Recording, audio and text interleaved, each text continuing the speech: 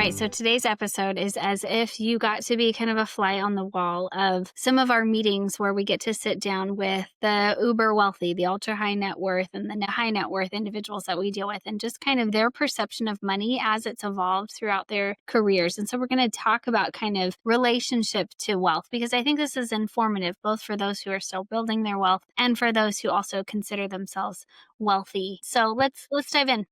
Yeah, we find there's no momentary switch, that changes people's thinking.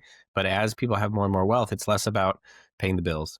It's less about making sure they have enough. There becomes a point where they could do nothing different. They could just sit on their wealth and they have plenty for themselves. But now they start talking about freedom and time and impact and all those discussions. And some of those people, other clients would say, well, that's not for me yet. That's for later.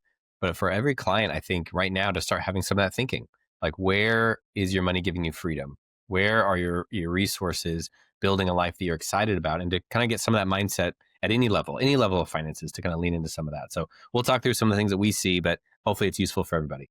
I think there's assumptions that we all can make about people that we know just by observation, like, wow, they must have a lot of money. And we make some assumptions about not just their lifestyle, but maybe the things that they no longer worry about that you feel like you still worry about, or the status that they've achieved, or how that has impacted their life and their relationships. Because, let's talk about how money impacts our life. And there's this perception when you're still in the pursuit of wealth that if only I achieve X amount, then I will have gained, right? Better relationships, everything that I've ever wanted. I can purchase this. I can reduce my stress. I can, right? And those are common assumptions that whether we consciously or subconsciously have those, I think they're perpetuated by culture and the visibility that we have for the ultra uber wealthy people in our society that we choose as young people and as working professionals, that we all have some level of aspiration to live like. And yet when we get to sit down with clients who have achieved a certain level of wealth, oftentimes it's even kind of the quiet wealth, maybe a person that you wouldn't ultimately perceive as ultra wealthy. Yeah. What we find is that the conversation isn't necessarily surrounding consumption. Great, I have all this money. This is how I'm going to spend it, right? Our conversations are not regarding what are the 5 high-priced, high-ticket items that I now want to purchase. But we talk a lot about how this has benefited them in terms of freedom, financial freedom. Yeah. Well, and I think freedom is the key thing that we talk about. And it's freedom, not just in the sense I can afford things, but freedom of what they're worrying about, freedom of what they're holding on every day. And there's some of that just, it doesn't come, without certain resources, but there's some of that can come to anybody now. And I think just as you were saying, Laura, that a lot of people assume that more money means fewer problems. More money means less worries. And I think a good antidote is if anyone were to Google, people who win the lottery, there are so many stories of people who are worse off, 5 years later after winning the lottery than they were before. And the more money didn't make them happy. It didn't solve their problems. In fact, it made them worse. And I think some of those items to say, if you can't find some peace and some freedom where you're at now, just adding more money is not going to make that go away. Because a lot of folks that transition from not having enough, so they have those worries. Now all of a sudden they have resources and now they just worry about losing them. And so it's the same worry just perpetuated further down the line. And I think truly there's some principles that can be lived out as you accumulate your wealth. And if you don't build those principles now, then they're just going to disappear when you do. So how often do we tell ourselves, well, in the future, I'll have more time to spend with my family. But right now, my contribution to my family is by working hard to build this company, right? And what could be lost in the process if that sacrifice is made? Yeah.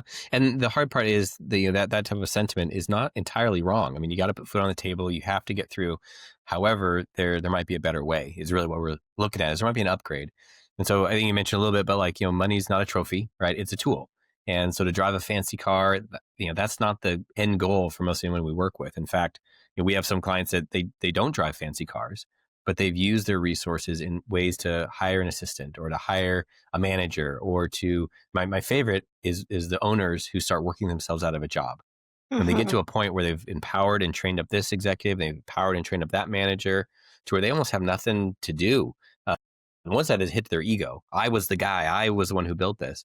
But on the freedom sense, They're giving up some of their salary to hire these, high powered folks, but they've been able to step back and let their business run and be this great engine without having to carry that load. So they've kind of bought themselves some freedom. Hmm. And that's what they're looking for, not driving a sports car, but to have that. And many clients have both, right? They put all Hmm. that together. But it's the mindset shift to say, where in their life were they worried? Where in their life were they stressed? And is there a way to use these resources to get past that concern, to really find Hmm. some, not just freedom of time, but really freedom of thought and freedom of concern? I was It's really talking tough. to a friend of mine recently who doesn't have a lack of opportunity, is not seeking new opportunities, but actually has the opposite.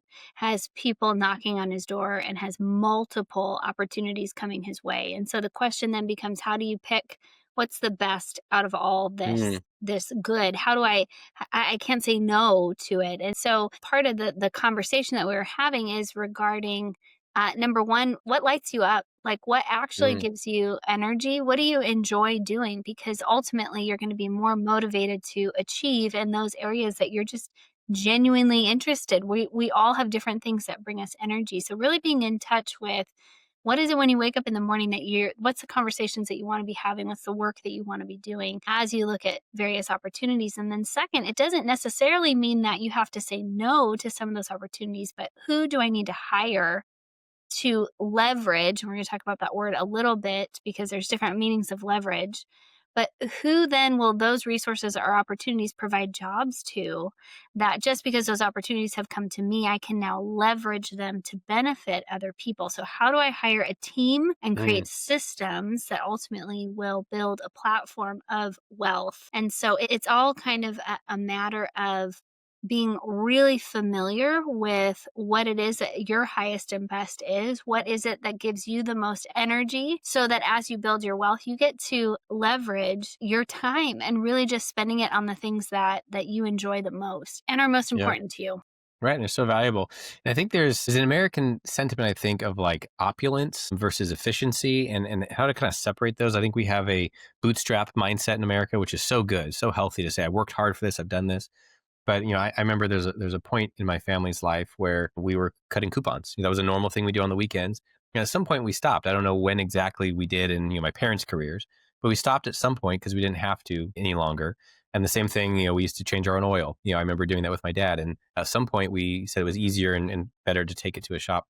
And I think there's an element of, in America, sometimes we start seeing that as opulence. Oh, you now have a cook, or you have a house cleaner, or you have a garden for someone they'll mow your lawn. We have some good close family friends that they actually live over in Tanzania in Africa, and they made a comment that anyone in the village or the community that they were in, it was a town, that if you had means and you didn't hire somebody as a cook or a chef or a security guard, it was actually seen as culturally extremely rude, that you were not sharing your wealth by employing others. And anybody who had means, they should be employing others so that the whole town can kind of rise together.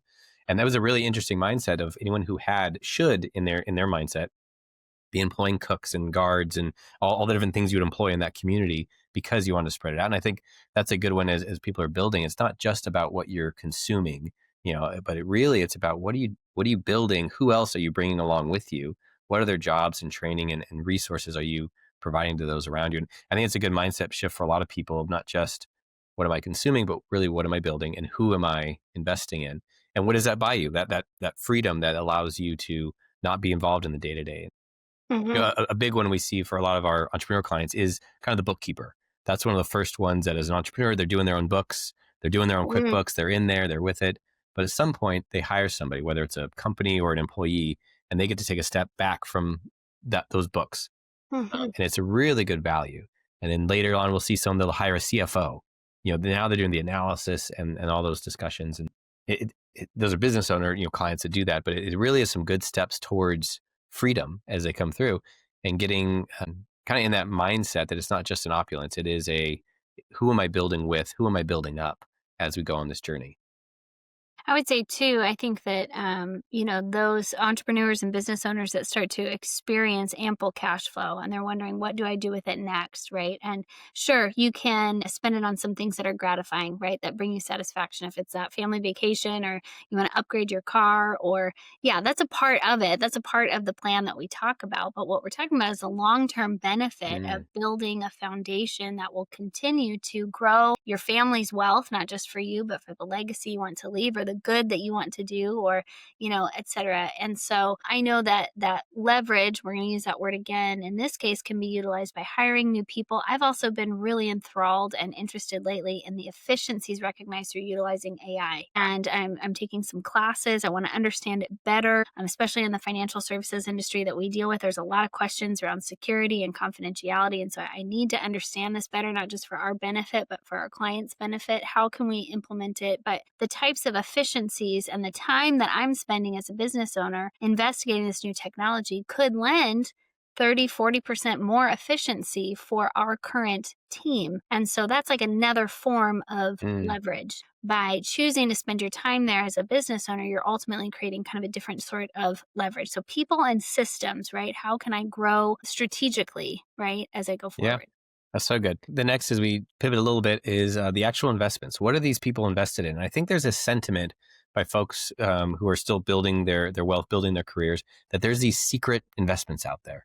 There's things that the ultra wealthy are doing that I'm not doing, and I can't do it. And there's part of that that might be true, and we'll talk through that. There's part of that really isn't true, and it's just this misnomer. The biggest one I see is when someone gets to a point to say, I don't need to invest this money anymore. I have enough.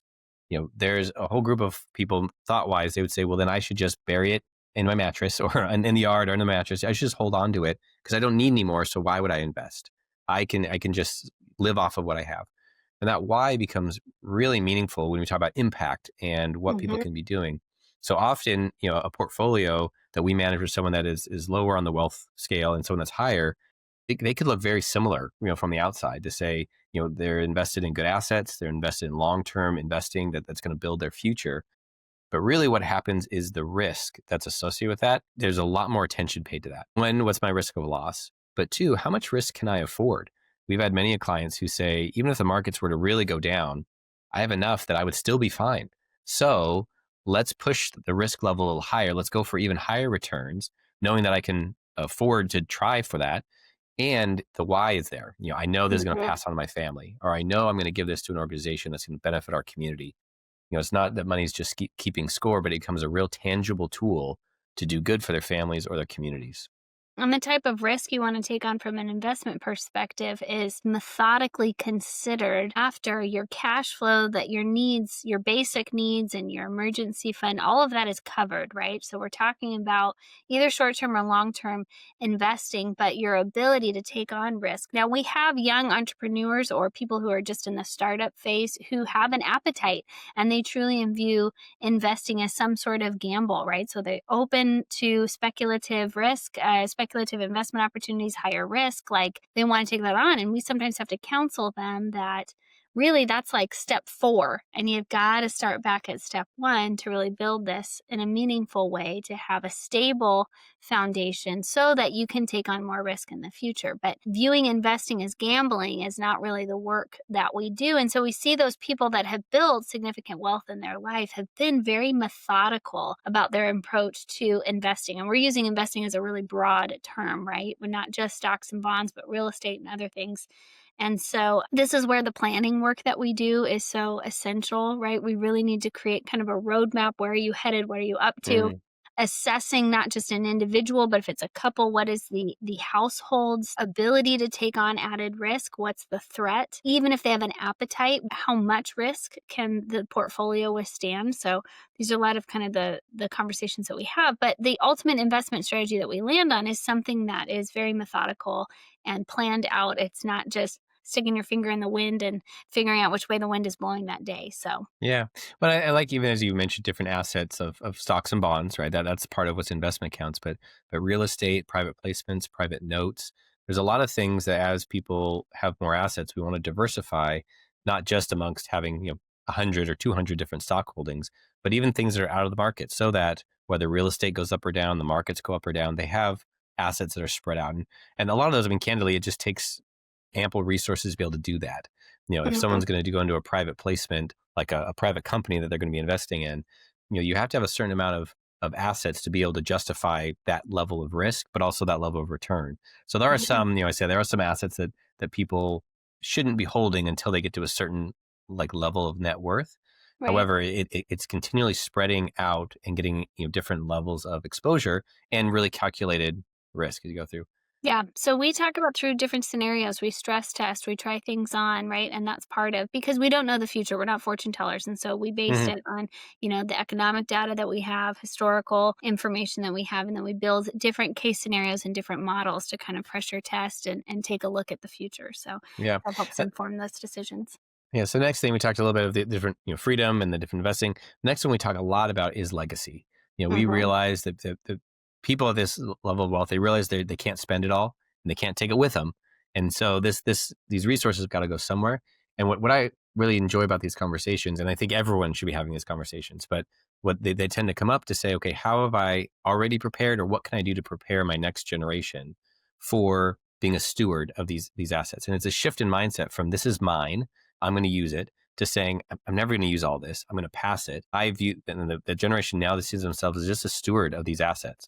They'll pass the next generation. They want them to be a steward of those assets. That's going to pass the following generation. And having that mindset, I think, changes things a little bit, especially for the generation that created the wealth. And we love it when we're able to sit down and kind of share that story to say, how are you preparing the next generation? Where did this wealth come from? What did you learn along the way? What are the bumps and the scars that you have in your financial life? And have you communicated those to your kids? Do they understand what it took to build this? Do you understand what you're scared of or what you're excited about or what your hopes and dreams are for this money? There's some families where they say, yes, absolutely, we have those conversations. I'd say the majority of families have not had those conversations and they're not sure how to start. So we walk with it. We have a curriculum that we walk through with a lot of our clients to say this is how we want to have these conversations.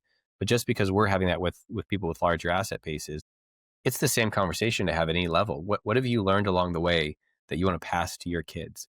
How do you Hmm. see money now compared to how you saw it when you were in your 30s? And Hmm. can your kids, benefit from that perspective now? Yeah, because how many parents or grandparents are at the phase where they have spent their years working so hard to gain the wealth that they have, and they may themselves still have a mindset of scarcity. What if it all goes away? And they've lived Mm, through more economic downturns than the next generation or the secondary generation, third generation, right? And so they have perspective that a younger person doesn't have.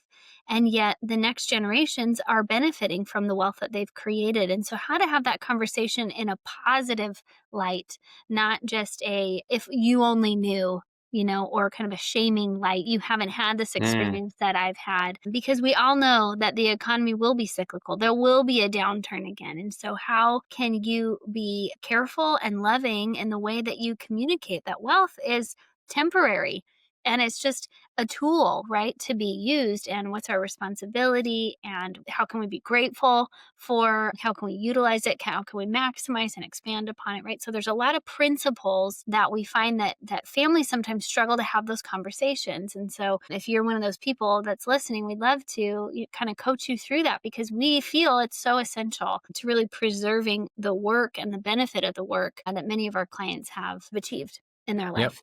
That's so good. Yeah, that legacy is a big deal. And I think it's part of your family legacy. It's part of even your community legacy of what people want, what they see this wealth doing for the next generation. And some of it's just, freedom and hope. And, I want my kids to be able to own a home someday. Other times it's saying, we really want to shape this community for the good. And we want our kids to be a part of that. It's a great aspect. Yep. I'd Go say the ahead. next piece that we talk about is wealth. Is a hard one sometimes, but wealth can be isolating. People have been successful. People have good resources. They often don't have the same camaraderie with their friends, and or they used to have that same level of connection. Now it's just getting harder. Little things of like, oh, you don't have to worry about that because you did it. It it may feel fun and kind of praising someone for how well they've grown assets, but we have a lot of clients who feel very isolated. They're not Mhm. able to share, and they feel that when they meet a new person, they're only coming to them because they think they have wealth or something. And these guards go up and they feel that they don't know who to talk to in an honest way to say, I'm worried about this. I have Yeah. concerns about that. Yeah, this is where, just from personal experience, I was talking with an entrepreneur who's now highly successful, and somebody was kind of acquiring of them, kind of, how did you build it? Where did you start? And one of the comments that he made that I thought was so good was, he said, I wish that earlier on in my entrepreneurial career that I would have joined mastermind groups, like not realizing the benefit of building community around the phase of growth, both professionally and personally, that you're in the middle of. I've had a chance to participate in a mastermind group this last year. It's hosted by Chad Willardson, called Elevated. And as we have these smaller mastermind groups of people from different industry sectors, we all get to collaborate on a challenge or an opportunity. And I have received many benefits, practical advice, business strategic advice, networking. There's a lot of benefit in building community, but you have to be thoughtful about it, because as your circles change, as your business changes and grows, some of the issues that you're facing become more complex. Or, like we talked about, kind of the wealth, as you gain this ample cash flow, it's like, what do I do with it? Where do I go next? What are the next opportunities? Yeah. So just building a community around that, because as you become more and more successful, it can become isolating, and that's a part of that process. Yeah. And finding people that can celebrate you. Like, we've had so many clients that at some point as they go into retirement, they pay off their mortgage. And it's it's a beautiful moment, but it's hard to celebrate that. Like, you're not going to throw a party and invite your friends. Look, I paid off my mortgage. But you think about most people, it's been 30 plus years that they've been consistently paying on a mortgage over time. And now they finally paid it off. And we, as financial advisors, we get to celebrate with them and say, wow, so fantastic. Next month, when you don't have to pay that bill, that's going to feel so wonderful. But to build, in a sense, with a community along the way, that people can celebrate that with you. And that's hard to do. It's not common that people have this level of community, but it's something that people, we find, who are building and being very successful, as they're connecting with other people who are successful, they're able to celebrate some of these things, and not in an embarrassing or bragging way, but in a peer to peer. I see you. I see that you're working on this. I know you've done that.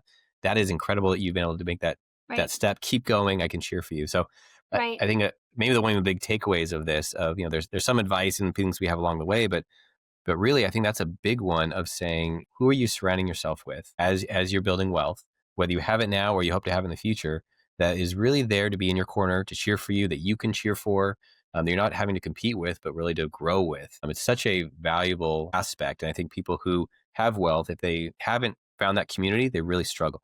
But if they're able to build that community, they can really thrive in those moments. And sometimes you have to strategically find it. I mean, the question is, who in your life right now, to our listeners, could celebrate your wins, both personally and professionally? Sometimes those wins come as a result of quiet, methodical, habitual commitment.